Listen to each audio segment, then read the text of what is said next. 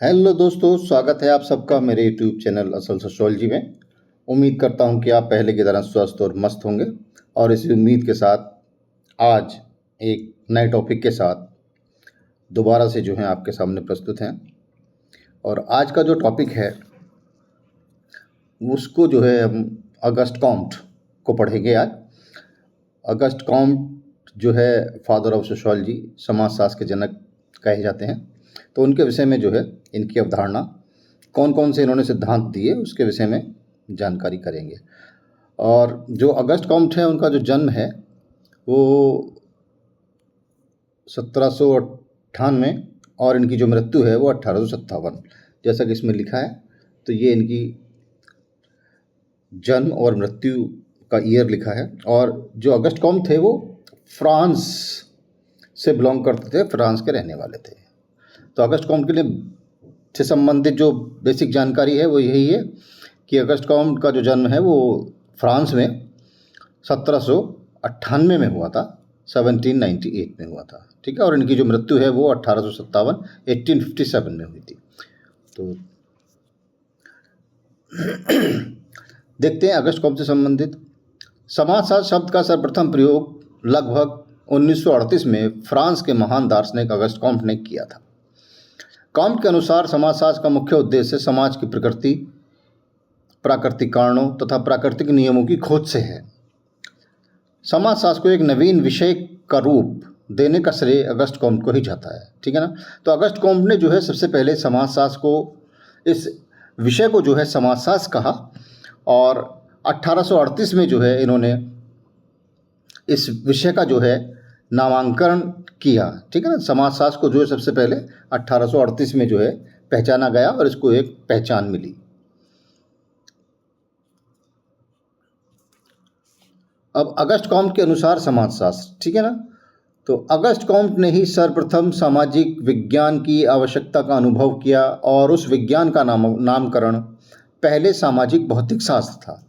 यानी कि जो समाजशास्त्र है उसका समाजशास्त्र से पहले भी एक नाम था, और वो क्या नाम था? सामाजिक भौतिक शास्त्र, या सामाजिक भौतिकी भी कहते हैं इसको, ठीक है ना, सोशल फिजिक्स। तो समाजशास्त्र से पहले समाजशास्त्र का नाम सामाजिक भौतिकी था या सामाजिक भौतिक शास्त्र था, और बाद में 1838 में समाजशास्त्र रखा गया। तो जैसे कि अभी पहली वाली स्लाइड में बताया कि 1838 में जो है समाजशास्त्र का नामकरण हुआ, और समाजशास्त्र को एज अ समाजशास्त्र, है ना, यानी कि विषय का जो है नाम समाजशास्त्र 1838 में अगस्ट कॉम्ट ने रखा, ठीक है। पहले सामाजिक भौतिक शास्त्र था इसका नाम, या सामाजिक भौतिकी था, और उसके बाद जो है इसका नाम समाजशास्त्र रखा गया 1838 में। इस प्रकार अगस्ट कॉम्ट ने समाजशास्त्र को आधारभूत स्वरूप प्रदान किया और समाजशास्त्र के जनक कहलाए, ठीक है ना। कॉम्ट का मानना था कि उनके द्वारा बनाया गया समाजशास्त्र का यह अध्ययन वह विज्ञान था जो अन्य सभी के बाद आया, ठीक है ना। सभी के बाद क्यों आया, यानी कि ये इस तरह की बात क्यों कर रहे हैं कि जो बहुत सारे विज्ञानों के बाद जो है समाजशास्त्र आया, तो उसको हम पढ़ेंगे जो है हायरार्की ऑफ साइंस में, यानी कि जो विज्ञानों का जो संस्करण है तो उसमें जो है हम इसको पढ़ेंगे कि सबसे बाद में समाजशास्त्र को जो है इन्होंने क्यों कहा कि सबसे बाद में आया, ठीक है, और अंतिम विज्ञान के रूप में। और इसको जो है इन्होंने अंतिम विज्ञान माना है, और इसके बाद कोई विज्ञान नहीं है, और सबसे बाद का जो विज्ञान है वो समाजशास्त्र माना है। इसे संपूर्ण ज्ञान के विकास को समन्वित करने का कार्य ग्रहण करना चाहिए, क्योंकि इसमें मानव व्यवहार को व्यवस्थित किया, ठीक है। ये ऐसा मानते हैं कि जो समाजशास्त्र है उसके द्वारा जो है मानव का जो व्यवहार है वो जो है व्यवस्थित हुआ है ना। एक सिस्टमेटिक तरीके से जो है मानव अपना जीवन व्यतीत करता है, इसको पढ़ने के बाद, इसका अध्ययन करने के बाद। तो अगस्ट कॉम्ट के जो कुछ मेन सिद्धांत हैं वो जो हैं 4 बताए गए हैं कुल मिलाकर के।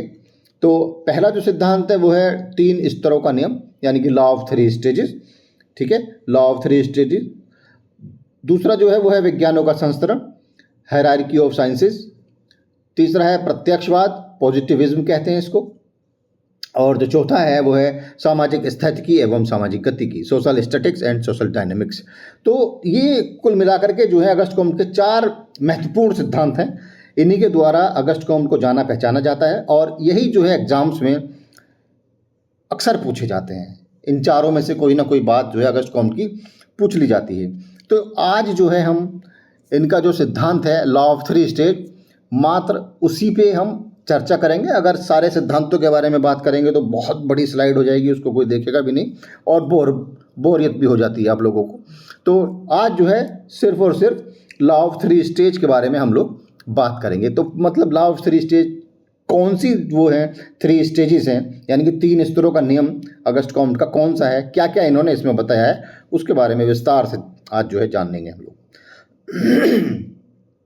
तो क्या है 3 चरणों का नियम अगस्ट कॉम्ट द्वारा उनके कार्य, यानी कि इनकी एक फेमस किताब थी द कोर्स, हिंदी में लिखा है the course in positive philosophy, ठीक है ना, the course in positive philosophy में विकसित एक विचार है, ठीक है, जो इनकी एक महत्वपूर्ण किताब है the course of positive philosophy. उसमें जो है इन्होंने लॉ ऑफ थ्री स्टेजेस या 3 स्तरों का नियम दिया है। यह बताता है कि समग्र रूप में समाज और प्रत्येक विषय विज्ञान 3 मानसिक रूप से कल्पित चरणों के माध्यम से विकसित होता है, ठीक है। इन्होंने जो बताया है 3 स्तरों के नियम में, यानी कि जो मानव का जो ये विकास हुआ है, मानव के दिमाग का या मानव की जो बुद्धि का विकास हुआ है या मानव का जो खुद का ही जो विकास हुआ है, वो इन 3 चरणों से होकर गुजरता है। सबसे पहला चरण है धार्मिक चरण, थियोलॉजिकल स्टेज। दूसरा चरण है आध्यात्मिक चरण, मेटाफिजिकल स्टेज। और जो तीसरा चरण है वो है सकारात्मक या प्रत्यक्ष चरण भी कहते हैं इसको, और उसको अंग्रेजी में पॉजिटिव स्टेज अगस्ट कॉम्ट ने कहा है, ठीक है। तो इनको नंबरवारी से हम लोग देखते हैं क्या क्या है इनके अंतर्गत। तो पहला है धर्मशास्त्रीय अवस्था या थियोलॉजिकल स्टेज। जैसा कि नाम से ही स्पष्ट है, धर्म शास्त्रीय अवस्था, यानी कि इसमें जो भी बातें कही गई होंगी वो धर्म से संबंधित ही कही गई होंगी। यानी कि पहले जो मानव का विकास या मानव की जो बुद्धि थी वो किस प्रकार की रही होगी उसके बारे में इसमें इन्होंने बताया है, और फिर बाद में कैसी हो गई और फिर बाद में कैसी हो गई। तो इन 3 चरणों के माध्यम से जो है इन्होंने इसमें चर्चा की है। तो आइए देखते हैं। धर्मशास्त्रीय अवस्था में मानव मस्तिष्क प्रत्येक घटना को मानव के समतुल्य जीवों या शक्तियों में आरोपित करके उनकी व्याख्या करता है, ठीक है ना। इस अवस्था में मानव मस्तिष्क सभी प्रयत्नों और कार्यों का आरंभिक और अंतिम चरण की खोज करने का प्रयत्न करता है, और यह मानकर चलता है कि समस्त घटनाएं अलौकिक शक्तियों द्वारा उत्पन्न और उन्हीं की तत्कालिक क्रियाओं का परिणाम होती हैं, ठीक है ना। ये लिखा है ना कि समस्त घटनाएं अलौकिक शक्तियों द्वारा उत्पन्न और उन्हीं की तात्कालिक क्रियाओं का परिणाम होती हैं, ठीक है ना। यानी कि जो भी घटनाएं समाज में घटित होती हैं उनके पीछे कोई ना कोई अलौकिक शक्ति होती है, ये मानना है अगस्ट कॉम्ट का, ठीक है। कोई भी घटना घटित हुई समाज में तो उसके पीछे कोई ना कोई अलौकिक शक्ति होती है। जैसे कि बरसात हो गई, इट मीन्स पहली बात कर रहे हैं जो पहला चरण है ना, मानव का विकास इतना नहीं हुआ है अभी, यानी कि अभी प्रारंभिक स्तर में है मानव। तो अभी जैसे कि बरसात हो गई, इट मीन्स कि कोई अलौकिक शक्ति इसके पीछे है ना। बहुत ज़्यादा धूप पड़ रही है, बहुत ज़्यादा गर्मी अगर पड़ रही है तो इसके पीछे भी मानता है कि इसके पीछे भी कोई ना कोई जो है अलौकिक शक्ति है ना। एकदम से भूकंप आया, अलौकिक शक्ति के कारण आ गया। तो यानी कि कोई भी घटना घटित हो रही है, बरसात हो रही है, आंधी आ रहा है, तूफान आ रहा है, तो इन सब घटनाओं के पीछे जो है मानव मानता था कि कुछ ना कुछ जो है अलौकिक शक्तियाँ हैं, इनके पीछे कोई ना कोई ऐसी पावर है, कोई ना कोई ऐसी शक्ति है जो कि जो है ये सारी की सारी घटनाओं को जो है पैदा करती है। तो इस अवस्था में व्यक्ति ये समझता है कि प्रत्येक घटना के पीछे दैविक या अलौकिक शक्ति काम कर रही है, ठीक है ना। उदाहरण, ग्रामीण व जनजातीय समाजों में यह माना जाता है कि फसल का नष्ट होना या कम पैदावार होना, वर्षा का कम होना या ना होना, परिवार के सदस्यों की अकाल मृत्यु होना, चेचक, हैजा जैसे बीमारियों से पीड़ित होना आदि घटनाओं को दैवीय प्रकोपों का परिणाम माना जाता है। यानी कि कुछ भी घटित होगा उसके पीछे हम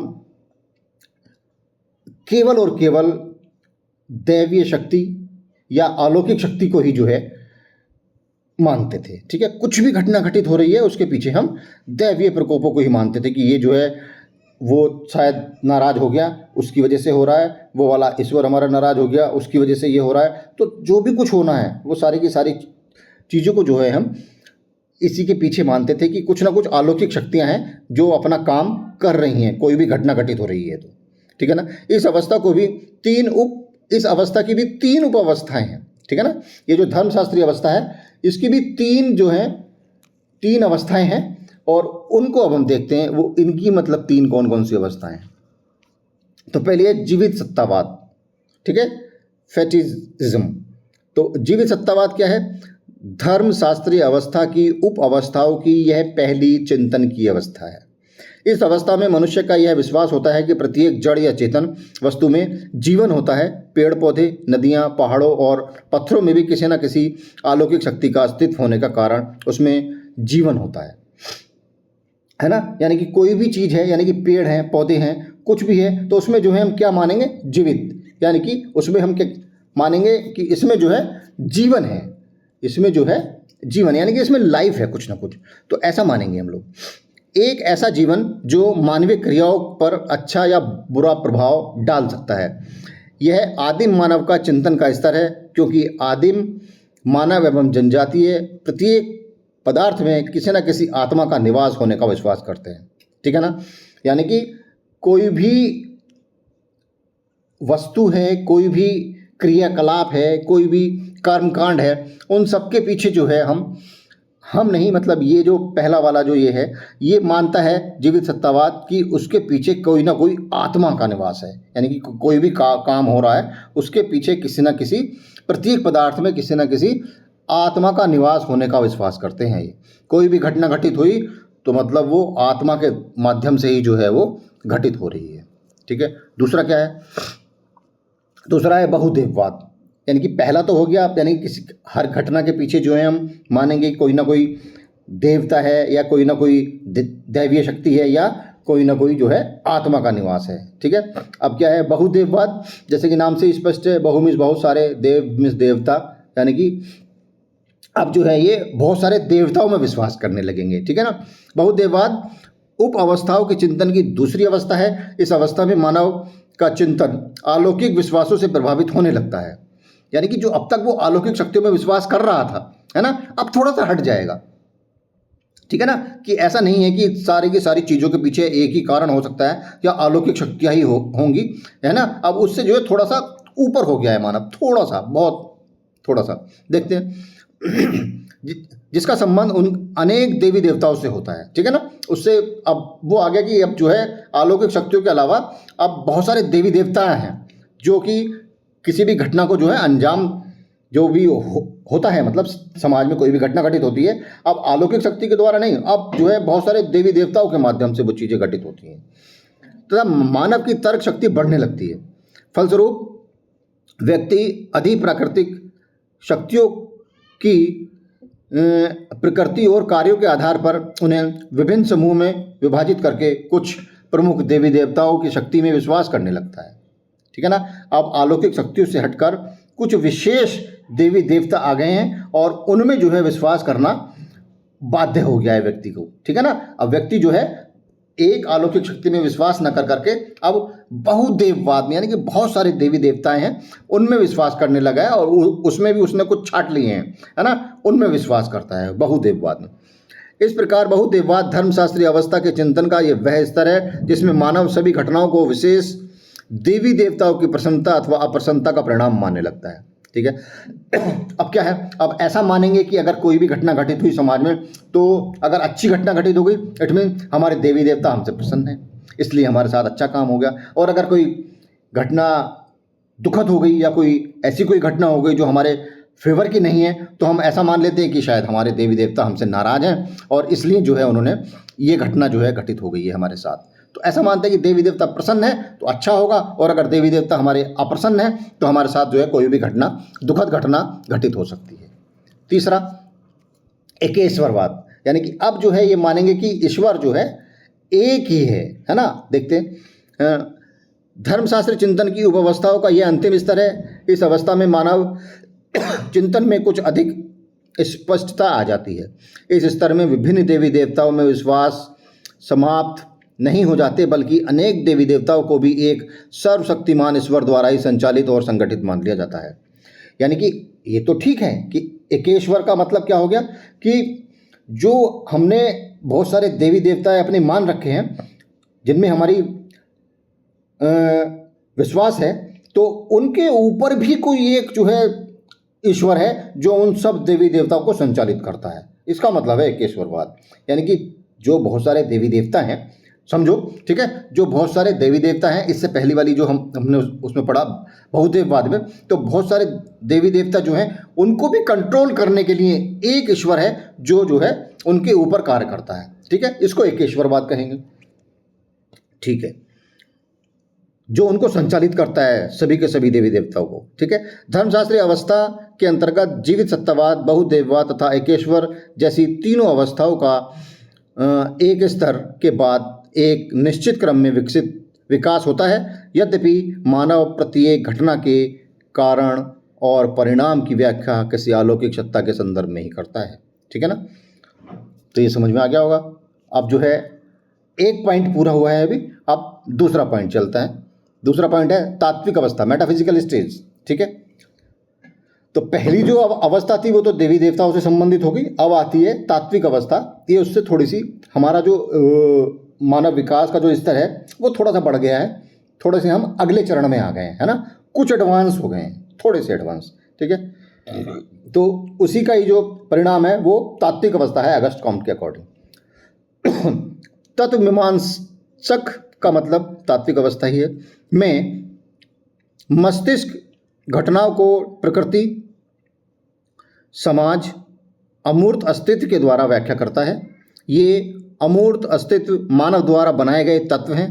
तत्व मीमांसक अवस्था धर्मशास्त्रीय अवस्था का ही संशोधित रूप है, यानी कि उससे जो अगली स्टेज है उसको जो है तात्विक अवस्था कहा है इन्होंने। इस स्तर में मस्तिष्क यह मानने लगता है कि अलौकिक शक्तियों की अपेक्षा कुछ अमूर्त शक्तियाँ ही वास्तविक सत्ता के रूप में सभी जीवों में विद्यमान रहती हैं, अर्थात गुणात्मक मानवीकरण तथा उनमें सभी तरह की घटनाओं को उत्पन्न करने की शक्ति होती है। इस प्रकार अवस्था के अंतर्गत गुणात्मक मानवीकरण की दशा पर विशेष बल दिया जाता है, ठीक है ना। यानी कि इन्होंने बताया कि अलौकिक शक्तियाँ तो हैं, लेकिन अलौकिक शक्तियों की अपेक्षा कुछ अमूर्त शक्तियाँ भी हैं जो है जिनमें विश्वास किया जाना चाहिए, ठीक है ना। अलौकिक शक्तियाँ तो हैं, देवी देवता तो हैं, ठीक है, उनमें भी विश्वास करो, लेकिन उनके अतिरिक्त भी जो है कुछ ऐसी अदृश्य शक्तियाँ होती हैं जो कि घटनाओं को घटित करती हैं समाज में, ठीक है ना। तो उसी के बारे में इन्होंने बताया।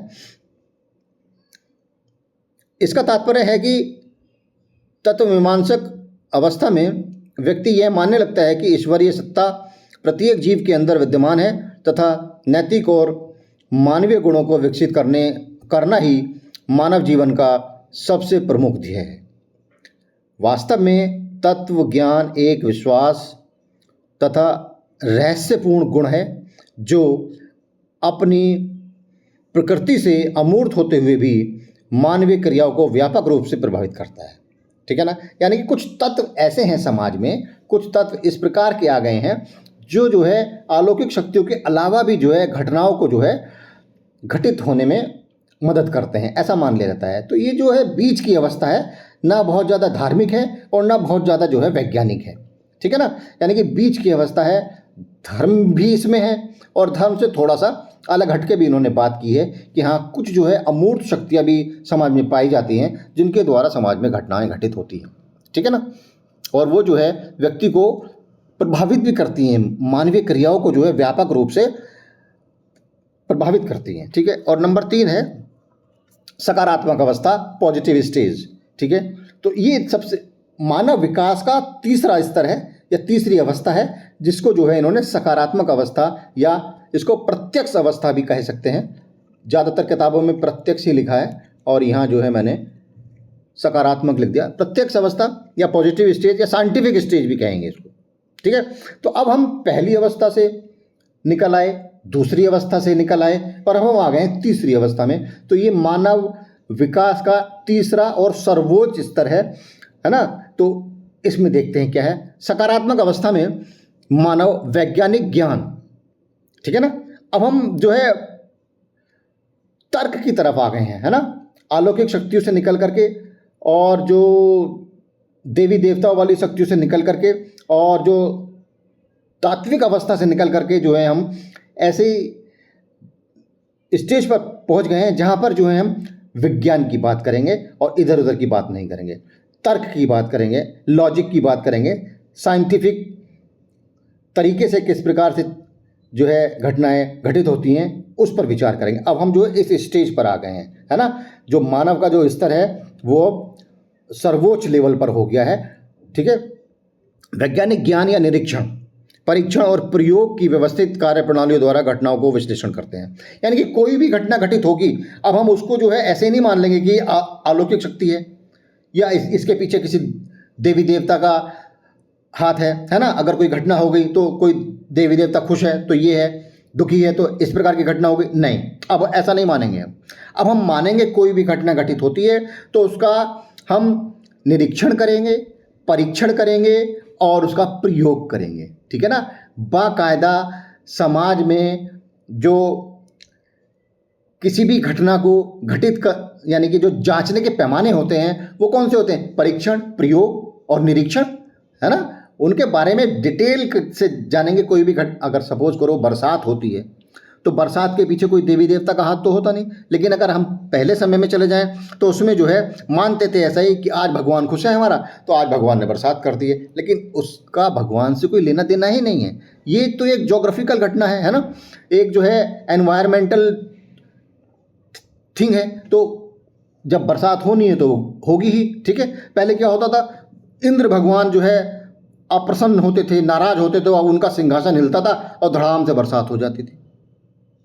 ठीक है ना, लेकिन नहीं, लेकिन अब हम जो है सकारात्मक अवस्था में है, वैज्ञानिक अवस्था में है, तो अब हम जो है कोई भी घटना अगर घटित होती है तो उसके पीछे छुपे हुए कारणों को जानने का प्रयास करते हैं। ठीक है, और जो कारण हैं उनको किस प्रकार से जानेंगे, उनका हम निरीक्षण करेंगे, उनका परीक्षण करेंगे और उनको प्रयोग के माध्यम से हम घटनाओं को विश्लेषित करेंगे। ठीक है ना, उनका जो विश्लेषण है वो करेंगे हम लोग। ठीक है, इस अवस्था में मनुष्य उपरोक्त दोनों अवस्थाओं के धार्मिक और काल्पनिक विचारों को त्याग कर केवल उन्हीं तथ्यों को यथार्थ मानते हैं जिन्हें प्रत्यक्ष रूप से देखा जा सकता है। ठीक है ना, अब जो चीज़ हमें दिखाई दे रही है, जिन्हें प्रत्यक्ष रूप से देखा जा सकता है, हम केवल उन्हीं पे विश्वास करेंगे। ठीक है ना, अगर किसी ने कहा कि भूत होता है तो कैसे मान ले भूत होता है जब तक हमने देखा ही नहीं। ठीक है कि नहीं, अगर कोई भी कहे कि हाँ ये आत्मा है तो आत्मा वात्मा सब बेकार की चीज़ें, जब तक हम उस चीज़ को जो है ध्यान से देख नहीं लेंगे, निरीक्षण नहीं कर लेंगे, परीक्षण नहीं कर लेंगे, ठीक है, उसका वैज्ञानिक तरीके से अध्ययन नहीं कर लेंगे, तब तक नहीं मान सकते हैं कोई भी चीज़। तो इन सब चीज़ों को नकार दो अब, है ना। अब हम जो है इस स्टेज पर पहुंच गए हैं कि हम जो है सकारात्मक तरीके से अपनी बात को रख सकते हैं, पॉजिटिव तरीके से अपनी बात को रख सकते हैं। और जब पॉजिटिव तरीके से कोई भी बात को हम रखते हैं तो उसके लिए 3 चीज़ें बहुत आवश्यक हैं। 3 चीज़ें कौन कौन सी हैं? निरीक्षण करना है हमें, परीक्षण के द्वारा और प्रयोग के माध्यम से। ये 3 हथियार हैं किसी भी चीज़ को जांचने और परखने के। इनके माध्यम से हम कोई भी चीज़ आसानी से और वैज्ञानिक तरीके से जो है सोच सकते हैं, समझ सकते हैं और उसका जो है परिणाम तक हम पहुंच सकते हैं। ठीक है, मानव के ज्ञान की इस अवस्था को प्रत्यक्षवाद एवं वैज्ञानिक अवस्था भी कहा जाता है।